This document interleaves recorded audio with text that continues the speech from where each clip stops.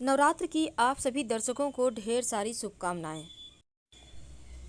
देवी के 9 स्वरूपों की 9 दिनों में अलग अलग भोग लगते हैं और अलग मंत्र का उच्चारण किया जाता है, क्योंकि हर देवी का अपना स्वरूप है और अब वो उसी अनुसार वरदान भी देती हैं। तो कौन सी देवी को, माँ के कौन से स्वरूप को क्या भोग लगाएं, कौन सा मंत्र जप करें और उनसे कैसा वरदान आपको मिलेगा, चलिए जानते हैं विस्तार से। तो जो नवरात्र है, 9 दिनों तक माता रानी अपने भक्तों के बीच आती हैं। कहा जाता है पृथ्वी लोक उनका मायका है और भक्तों की हर मनोकामनाओं को पूर्ण करती है। माँ शक्ति बीमारियों से मुक्त करती हैं, आर्थिक समस्याओं से बचाती हैं। तो आइए जानते हैं कैसे आप उनको प्रसन्न करें। तो माँ का पहला स्वरूप है देवी शैलपुत्री का। माँ शैलपुत्री को शुद्ध गाय का घी का भोग लगाया जाता है, ताकि जीवन में जो स्वास्थ्य संबंधी समस्या है वो परेशान ना करे, अच्छा स्वास्थ्य रहे, आरोग्य की प्राप्ति हो। और पर्वतराज हिमालय के यहाँ जन्म लेने के कारण इन्हें शैलपुत्री कहा जाता है। तो इनके पूजन से सदा धन धान्य से परिपूर्ण रहते हैं और अच्छे स्वास्थ्य की भी प्राप्ति होती है। और इनका मंत्र है ओम ऐं श्रीं क्लीं शैलपुत्री नमः।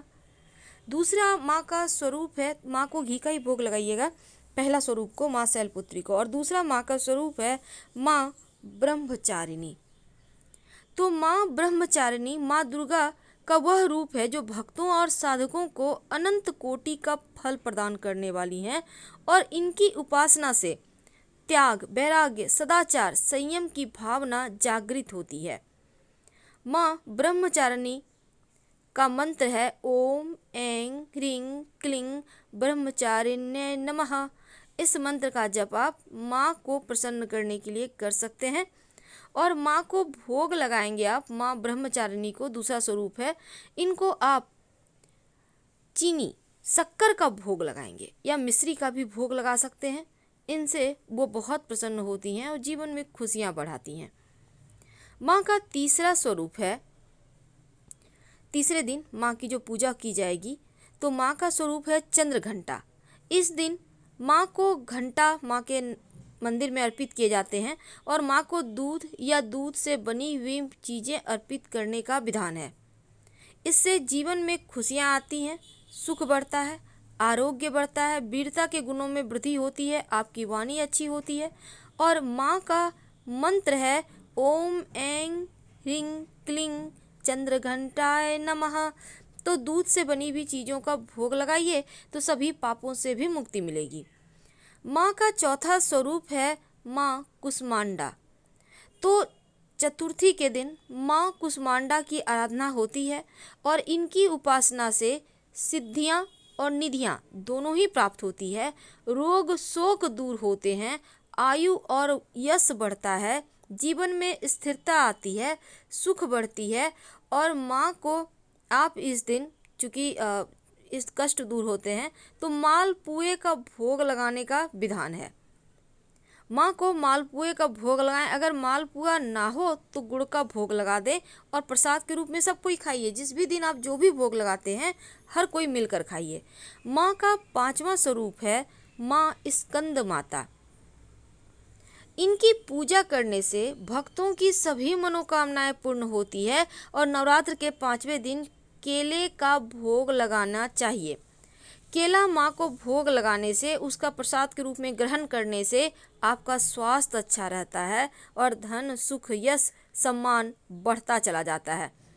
तो माँ स्कंद माता की उपासना से मोक्ष के द्वार खुलते हैं, जो परम सुखदायी है इनका स्वरूप, और साथ ही अपने भक्तों की समस्त इच्छाओं की पूर्ति करती हैं। इनका मंत्र है ओम ऐं ह्रीं क्लीं स्कंद माताय नमः। माँ का छठा स्वरूप है माँ कात्यायनी। माँ कात्यायनी माँ का छठा स्वरूप है और छठे दिन इनकी पूजा की जाती है। इनकी पूजा से अद्भुत शक्ति का संचार होता है, दुश्मनों का संहार करने में सक्षम बनाती हैं और इनका पूजा खासकर गोधूली बेला में किया जाए तो सर्वोत्तम होगा। माँ का मंत्र है ओम ऐं ह्रीं क्लीं कात्यायने नमः। तो कात्यायन देवी का आप भोग क्या लगाएंगे? देखिए, माँ के इस छठे स्वरूप को, माँ को शहद का भोग लगाइए। माँ को शहद बहुत पसंद है और शहद का भोग लगाने से जीवन में अर्थ, धर्म, काम, मोक्ष की प्राप्ति होती है। माँ का सातवां स्वरूप है माँ कालरात्रि। भूत प्रेतों से मुक्ति दिलाने वाली देवी कालरात्रि की उपासना करने से सभी दुख दूर होते हैं। और इस दिन माता को गुड़ और मेवे के लड्डू का भोग लगाएं। माँ को लड्डू चढ़ाने से, खाने से, लड्डू जो भोग लगाइएगा या गुड़ का भोग लगाइएगा तो आधा गुड़ प्रसाद के रूप में पूरे परिवार के साथ खाएं और आधा गुड़ दान कर दीजिएगा, पूरा गुड़ मत खाइएगा। तो माँ कालरात्रि जो हैं उनका चूँकि सप्तमी दिन इनकी पूजा होती है, पापों से मुक्ति मिलती है और दुश्मनों का नाश होता है। इनका मंत्र है ओम ऐं ह्रीं क्लीं कालरात्रे नमः। और माँ का आठवां स्वरूप है माँ महागौरी। देवी का आठवां स्वरूप माँ महागौरी का है और इनकी अष्टमी के दिन पूजा की जाती है और समस्त पापों का क्षय होकर चेहरे की कांति बढ़ाता है, सुख बढ़ता है, शत्रु समन होता है। और माँ का मंत्र है ओम ऐं ह्रीं क्लीं महागौर्यै नमः। तो माँ के आठवें स्वरूप को आप भोग क्या लगाएंगे? देखिए, माँ के आठवें स्वरूप को नारियल का भोग लगाया जाता है। नारियल का भोग लगाने से घर में सुख समृद्धि आता है, संतान से जुड़ी सारी परेशानियाँ समाप्त हो जाती है। और नवरात्र का जो आखिरी दिन है वो नवा स्वरूप माँ सिद्धिदात्री का है। तो माँ सिद्धिदात्री की पूजा 9वें दिन होती है और इनको तिल का भोग लगाया जाता है। तिल का भोग लगाने से किसी भी तरह का जीवन में अनहोनी नहीं होती, हर तरह की समस्याओं से माँ बचाती हैं।